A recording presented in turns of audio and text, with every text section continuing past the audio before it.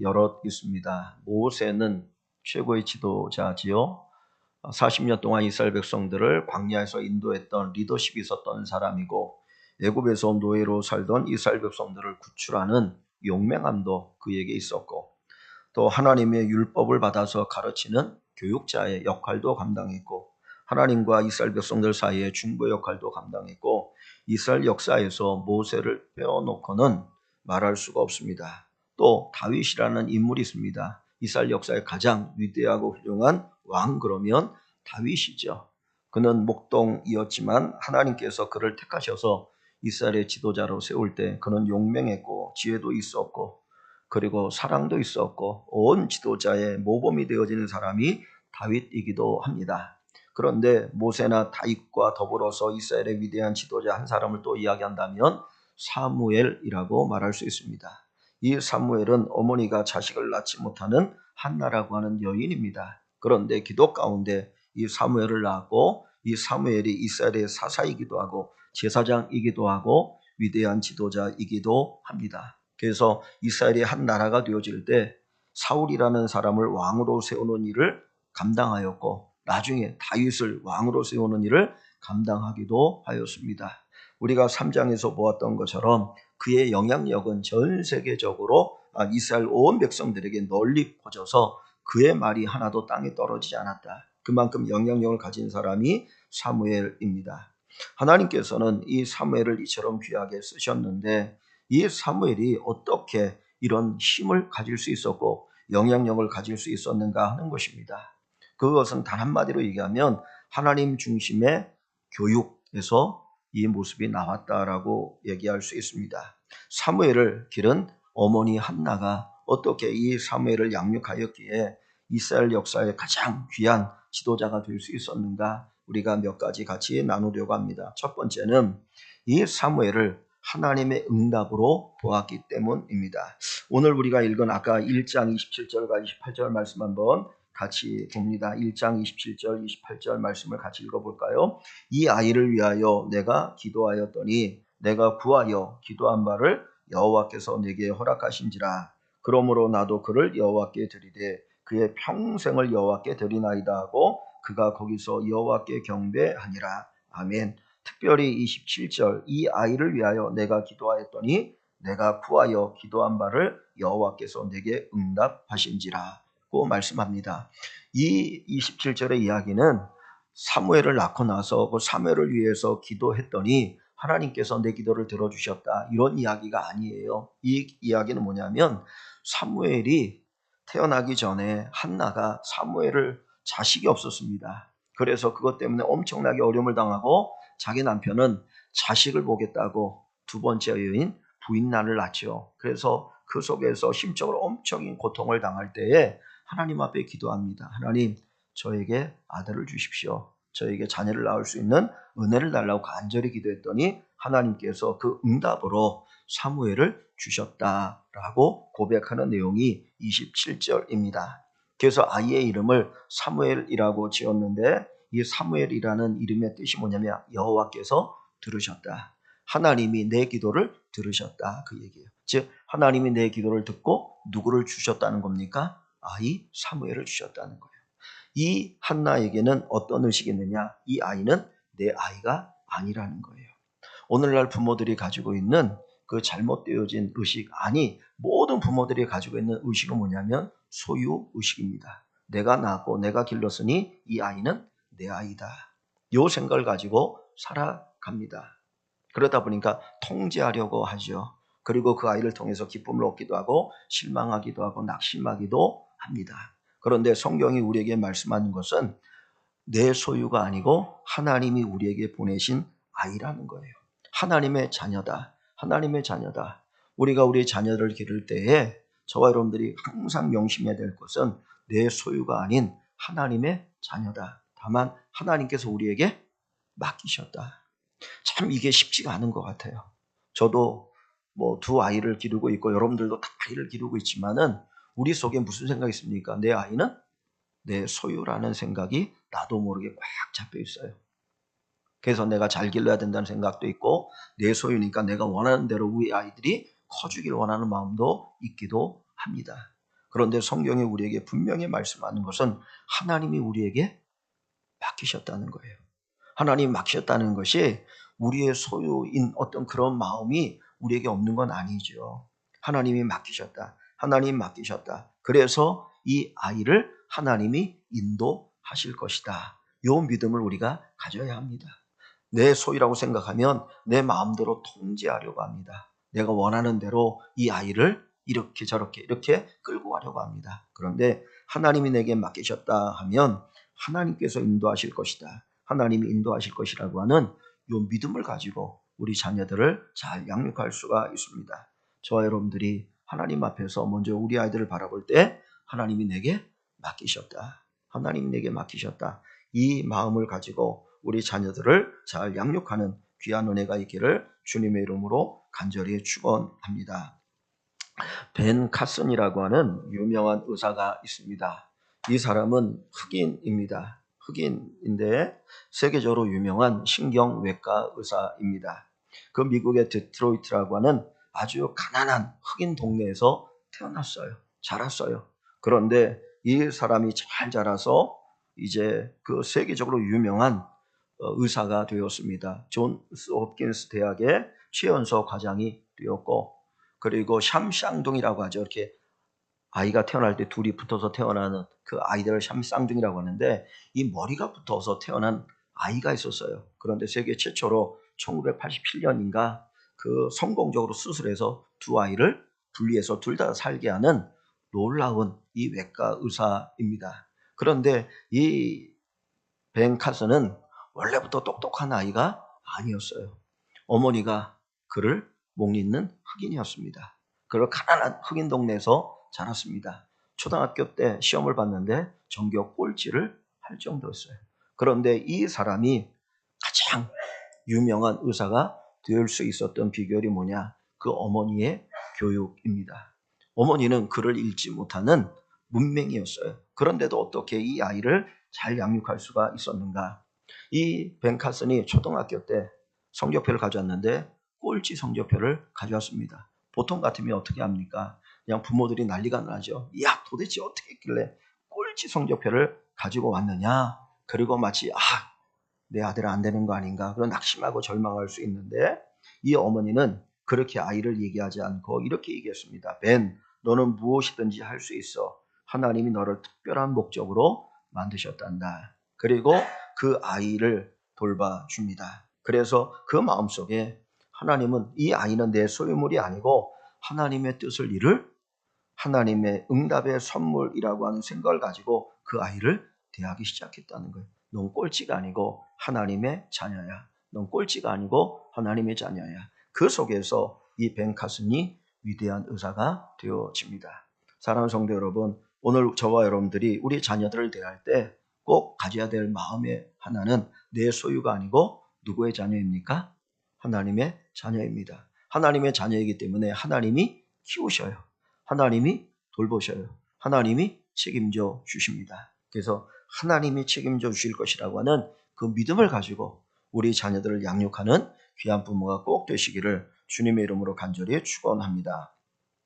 두 번째로 이 한나는 하나님의 자녀라는 생각을 가지고 있을 뿐만 아니라 그 아이를 위해서 기도로 준비했다는 거예요. 기도로 준비했다. 다시 오늘 읽은 본문을 한번 볼까요? 본문 27절 말씀에 보면 이 아이를 위하여 내가 기도하였더니, 그래서 이 아이를 위해 내가 기도하였더니, 그 앞에 26절을 보면 한나가 엘리 제사장에게 하는 이야기예요. 한나가 이르되 내 주여 당신의 사심으로 맹세하나이다. 나는 여기서 내 주 당신 곁에 서서 여호와께 기도하던 여자라. 내가 아이를 낳게 달라고 하나님 앞에 기도했던 여자인데 27절에 이 아이를 위하여 내가 기도하였더니 내가 구하여 기도한 바를 여호와께서 내게 허락하신지라. 그렇게 그는 고백합니다. 27절 말씀에 보면 여러분 반복해서 나오는 단어가 뭡니까? 기도라는 단어죠. 기도하였더니 내가 구하여 기도한 바를. 기도라는 단어가 두 번 나오고 구한다는 말도 기도라는 단어 아닙니까? 이 한 절에 기도라는 단어가 세 번 나오는 것을 볼 수가 있습니다. 한나는 이 사무엘을 위해서 기도했어요. 그리고 그 아이를 낳았을 때 그 아이의 이름을 사무엘, 하나님이 내가 기도했더니 응답하셨다. 내 기도를 들으셨다. 그 고백의 이름을 담았다는 거예요. 그러면 한나가 얼마나 사무엘을 위해서 간절히 기도했겠습니까? 오늘 우리가 우리의 자녀를 양육하는 방법, 가장 중요한 방법은 기도입니다. 기도입니다. 우리 자신을 위해서 기도하는 거 중요합니다. 그런데 정말 우리가 우리 자녀를 사랑한다면 우리 자녀를 위해서 기도할 수 있어야 합니다. 여기 1장 10절을 한번 봅니다. 1장 10절로 가보시면 1장 10절, 11절에 보면 이렇게 얘기하죠. 한나가 마음이 괴로워서 자식을 낳지 못하는 것 때문에 이렇게 멸시를 당한 것 때문에 마음이 많이 괴로웠어요. 그래서 한나가 마음이 괴로워서 여호와께 기도하고 통곡하며 서원하 이르되 만군의 여호와여 만일 주의 여종의 고통을 돌보시고 나를 기억하사 주의 종을 잊지 않으시고 주의 여종에게 아들을 주시면 내가 그의 평생을 그의 여호와께 드리고 삭도를 그의 머리에 들지 아니하겠나이다. 즉 뭐예요? 자식을 낳기 위해서 뭐였어요? 기도했어요. 자식을 낳기 위해서 기도한 것뿐만 아니라 그는 계속해서 사무엘을 위해서 기도했다라는 겁니다. 하나님께 기도했더니 하나님이 사무엘을 지었고 그의 삶을 하나님께서 인도하여 주시는 은혜를 베풀어 주셨습니다. 우리가 우리 아이들에게 글자를 가르치기 전에 먼저 우리에게 가르쳐야 될 게 뭡니까? 기도입니다. 기도를 가르치면 좋겠습니다. 기도에 하나님의 은혜가 함께한다. 기도에 하나님 능력이 함께한다. 기도를 통해서 하나님이 역사하신다. 엄마가 너를 위해서 기도하고 있다. 부모가 너를 위해서 기도하고 있다. 이것을 우리가 가르칠 수 있어야 합니다. 존 웨슬레라고 하는 분이 있습니다. 감리교의 창시자라고 하는데 존 웨슬레의 어머니가 수산나입니다. 10명의 자녀를 양육합니다. 이 존 웨슬레가 영국의 캠브리지 대학을 졸업하고 그 학교를 다닐 때 거기에서 기도 운동도 많이 했던 사람이에요. 그 자녀들이 다 잘 자랐습니다. 그런데 그 어머니의 모습 속에서 자녀들이 잊지 않는 게 있어요. 어머니가 앞치마를 푹 뒤집어 쓰고 엎드리면 기도하는구나. 어머니가 엎드려 앞치마를 뒤집어 쓰고 엎드리면 기도하고 있구나. 울리에서 기도하고 있구나. 그리고 그가 기도의 사람이 되었고 영국을 새롭게 하는 일에 귀하게 쓰임을 받았습니다. 여러분, 저와 여러분들이 하나님 앞에 먼저 기도하기를 원하고 기도로 우리의 자녀를 잘 양육하기를 소망합니다. 암브로시우스라고 하는 분이 이렇게 말합니다. 눈물의 기도는 헛되지 않는다. 모니카라고 하는 어거스틴의 어머니가 그 아들 어거스틴이 방황하니까 그것 때문에 너무 괴로웠어요. 그때 그가 하나님 앞에 무릎 꿇고 머리 숙여 기도합니다. 그 모습을 보고 눈물의 기도는 헛되지 않는다. 어머니의 기도는 헛되지 않는다라는 겁니다. 저와 여러분들이 기도하고 특별히 부모가 사랑의 마음을 품고 자녀들을 위해서 기도할 때 하나님께서 그 기도를 들어주시는 귀한 은혜를 베풀어 주실 줄 믿습니다. 벤 카슨에 대해서 아까 말씀을 드렸는데 이 벤 카슨에게 있었던 그 하나의 약점이 있는데 분노 조절 장애가 어렸을 때 이 아이에게 있었어요. 그러니까 화가 나면 그 화를 참지 못하는 거예요. 그리고 한 번은 친구들하고 싸웠는데 대판 싸워가지고는 분노가 너무 차오르니까 어디서 칼을 들어가지고 친구를 찔렀습니다. 그런데 다행히 그 칼을 찔렀는데 이 벨트에 그 벨트 바클에 이 칼이 딱 부딪히면서 풀어져 버린 거예요. 잘못하면 살인자가 될 수가 있었죠. 깜짝 자기도 놀라가지고 이제 집에 와가지고는 화장실에 들어가갖고는 울면서 하나님 앞에 기도했다는 거예요. 그리고 그 모습을 본 어머니도 그 아이를 위해서 같이 옆방에서 눈물을 흘리면서 기도하기 시작했습니다. 그 기도를 하나님이 들으셨다는 거예요. 그때 그가 벤카슨이 기도하면서 성경책을 펴놓고 눈물을 흘리면서 기도하면서 성경을 하나 읽은 구절이 있는데 잠언 16장 32절의 말씀입니다. 노하기를 더디하는 자는 용사보다 낫고 자기 마음을 다스리는 자는 성을 빼앗는 자보다 낫다. 마음을 다스린다는 게 얼마나 귀한지를 거기서 깊이 깨달았어요. 그리고 나서 그 다음에 그가 하나님 앞에서 기도 가운데 자기의 삶을 조절하기 시작했고 그래서 나중에 그가 신경외과 의사가 되어서 진짜 막 몇 시간, 10시간, 20시간 되는 수술을 하는 인내심을 배울 수 있었다고 얘기합니다.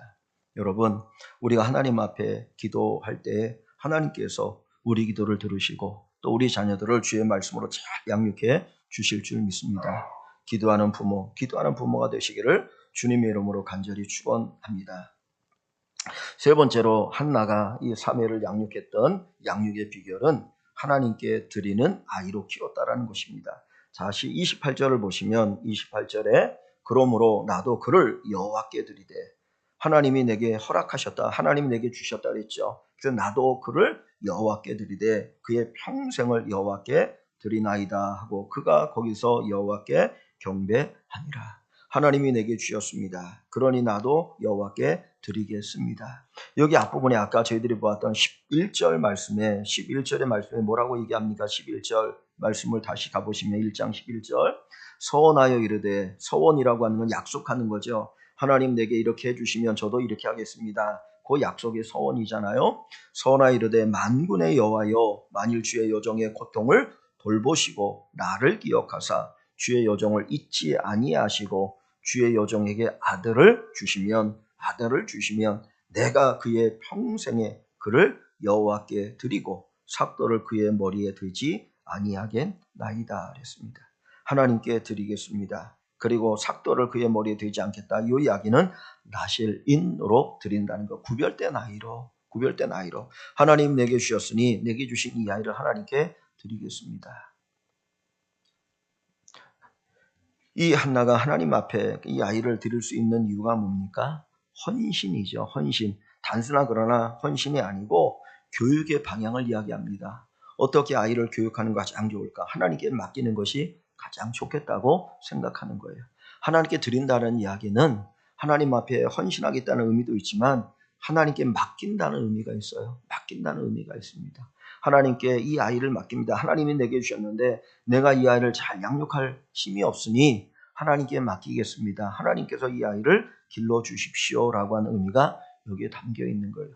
왜 맡깁니까? 하나님께 맡기는 것이 가장 안전하기 때문이죠. 하나님이 길러주셔야 이 아이가 잘 자랄 수 있기 때문에 하나님께 맡기는 거예요.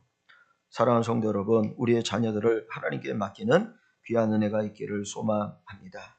하나님이 쓰시는 사람으로 기르기를 소망합니다.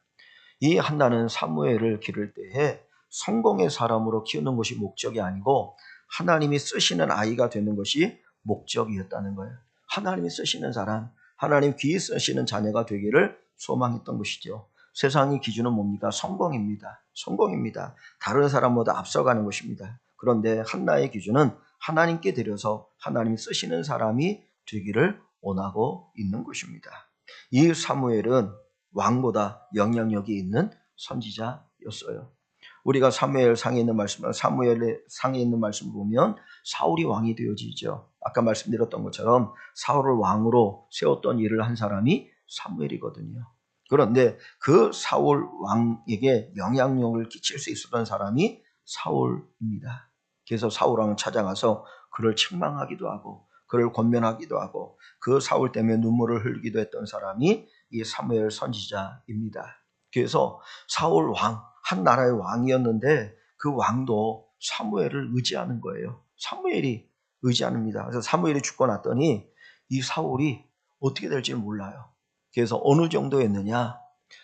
다른 나라의 침략 속에서 이 나라를 지켜야 되는데 자기 힘으로 어떻게 할지 모르니까 신접한 여인 무당을 찾아갑니다. 무당을 찾아가 가지고는 하는 이야기가 사무엘의 영을 불러달라.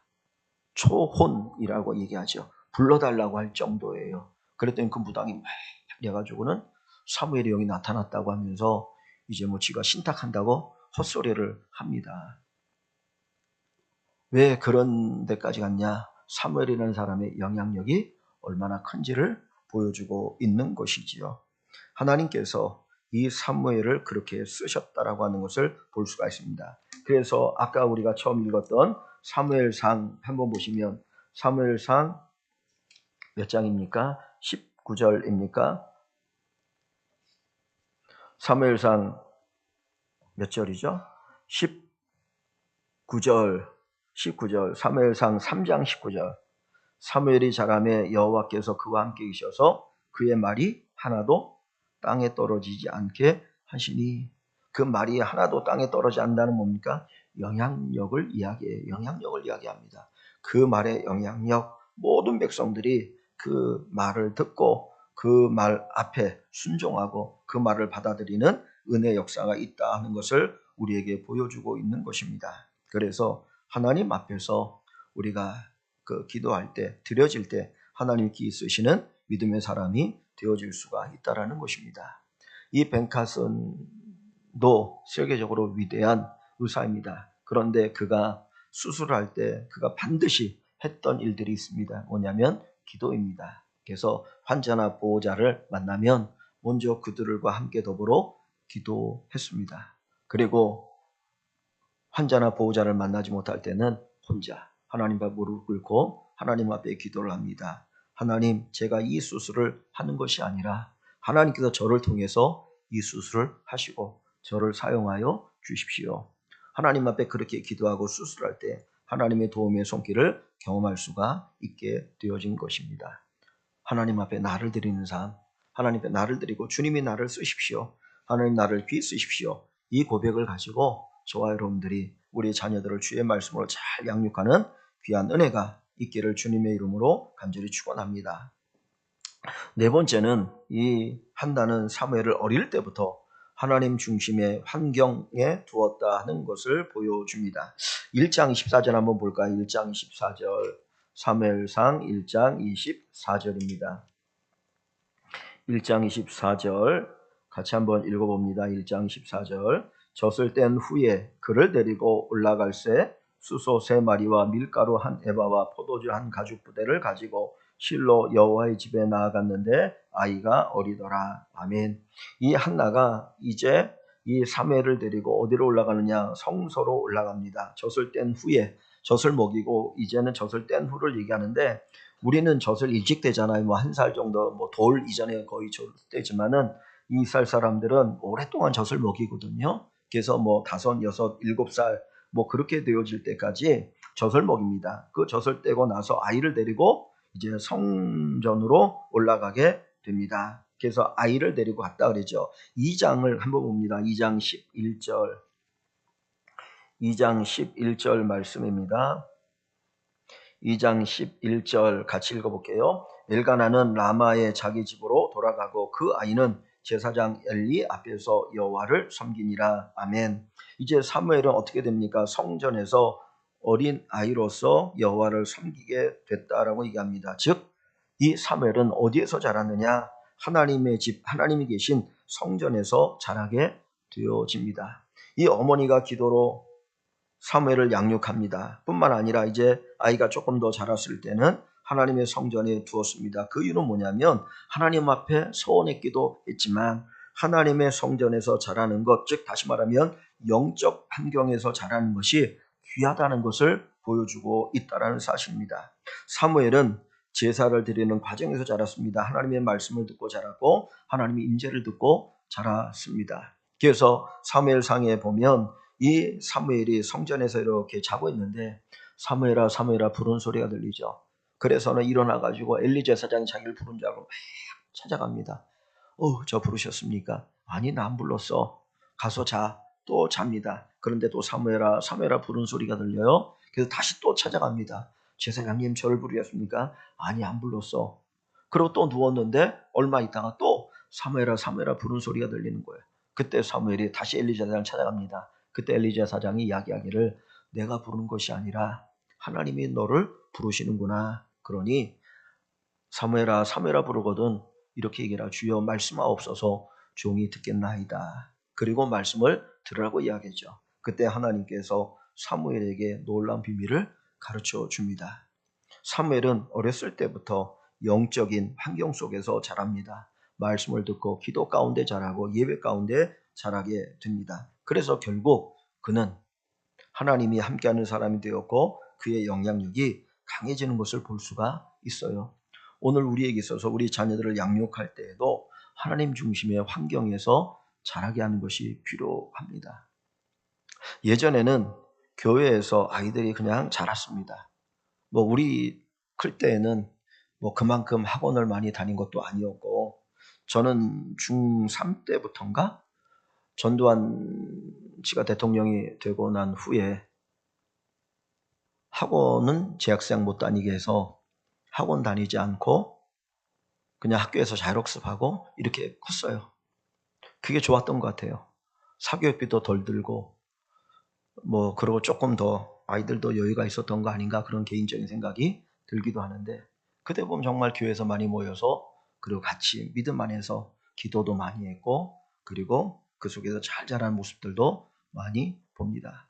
제가 언젠가 한번 말씀드렸는지 모르겠는데, 제가 부목사 때 이제 갓 30이 넘어서 부목사 때 그 여전사님하고 신방을 다녔는데, 그분은 나이가 한 50 정도 되신 분이었어요. 아들이 저랑 나이가 같았으니까. 그런데 그분이 가끔 하시는 말씀이 그런 얘기입니다. 놀아도 교회에서 놀면 망하지 않는다. 놀아서 교회에서 놀면 망하지 않는다. 그 이야기를 자주 했던 것을 봅니다. 오늘 우리의 환경이 얼마나 삭막합니까? 우리 자녀들이 자라는 환경이 너무 어렵죠. 이 벤카슨이라고 하는 이 사람의 환경을 보십시오. 가난한 흑인 동네, 극빈층의 흑인 동네 아이들이 거기 모여 살면 거기에 뭐가 있겠습니까? 온갖 노는 것 뿐이죠. 이 어머니는 그 벤카슨을 데리고 도서관에 보냅니다. 야, 도서관에 가서 책을 읽게 하고 그리고 성경 말씀을 읽게 합니다. 그리고는 그 성경 말씀을 읽고 돌아와서 그것을 가지고 기도하게 하고 그 가운데서 이 벤카슨이 자라게 되어집니다. 그 가운데 그는 거룩한 하나님의 사람이 되어진다는 거예요. 때로는 우리에게 거룩한 격리가 필요합니다. 세상으로부터 우리 아이들을 격리시켜서 하나님의 말씀을 잘 자랄 수 있도록 이끌어주는 그 은혜의 역사가 저와 여러분들에게 꼭 있어지고 우리 자녀들이 있기를 주님의 이름으로 축원합니다. 마지막 5번째는 지속적인 영적인 돌봄이 있어야 한다는 것을 보여줍니다. 자, 사무엘상 2장 19절 말씀입니다. 2장 19절 한번 같이 읽어봅니다. 2장 19절.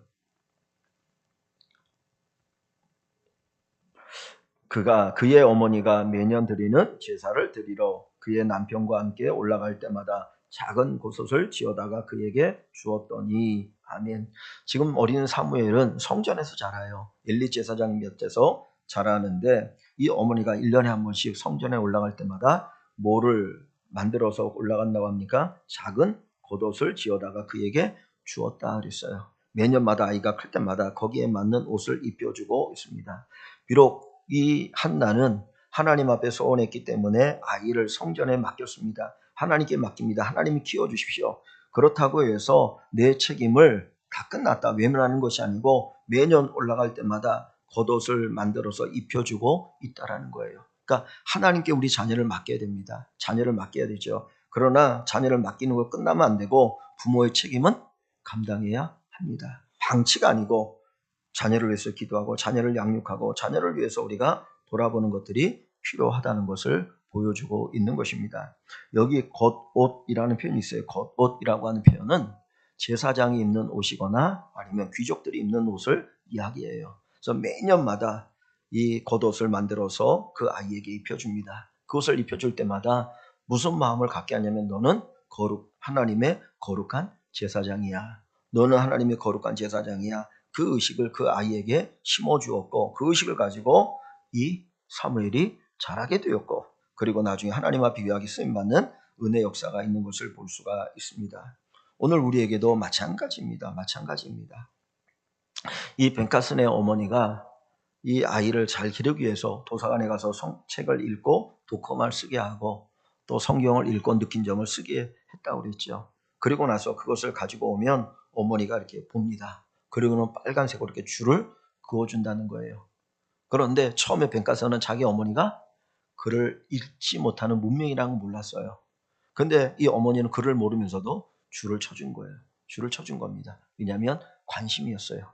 나중에 이 벤카슨이 자기 어머니가 문명이라는 것을 알고 줄을 쳐주는 어머니의 마음을 알게 되었다라는 겁니다. 여러분, 우리가 우리의 자녀들을 향하여서 바로 이런 관심 그리고 끊임없는 돌봄이 계속되어야 할 줄 압니다.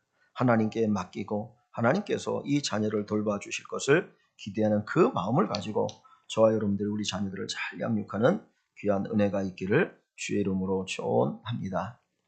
그 아브라함 카이퍼라고 하는 분이 있습니다. 네덜란드 사람이고 오래전에 그 네덜란드에 그 총리를 했던 사람이고 네덜란드의 자유대학이라고 하는 학교가 있는데 그 학교를 설립한 사람이에요. 아주 신실한 기독교인입니다. 목회자이기도 하고 언론인이기도 하고 학자이기도 하고 정치가이기도 하고 어마어마한 영향력을 끼치는 사람입니다. 그런데 이 아브라함 카이퍼가 이처럼 위대한 정말 좋은 영향을 끼치는 사람이 될 수 있었던 비결 가운데 하나는 그의 어머니의 교육이었어요.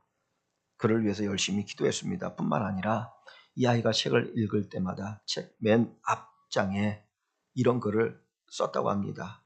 이 지식의 주인은 그리스도다. 책을 읽고 지식을 하나 얻지요. 지식을 얻는데 그 지식의 주인이 그리스도 예수시다. 그래서 예수 그리스도를 위해서 이 지식이 써야 한다는 것을 어렸을 때부터 그가 배웠기 때문에 그 속에서 그가 잘 자라서 네덜란드의 총리가 되고 그리고 대학을 설립하기도 하고 언론인으로서 많은 사람이 영향을 끼치는 귀한 사람으로 쓰임받는 것을 보여줍니다. 여러분들에게는 잘하는 아이가 없을 수 있습니다. 여기 보니까 대부분 제일 어려서 중학교 이 정도 고등학교 되어지고 나머지는 결혼을 안 했거나 이미 다 큰 자녀들이죠. 그러나 원리는 분명합니다.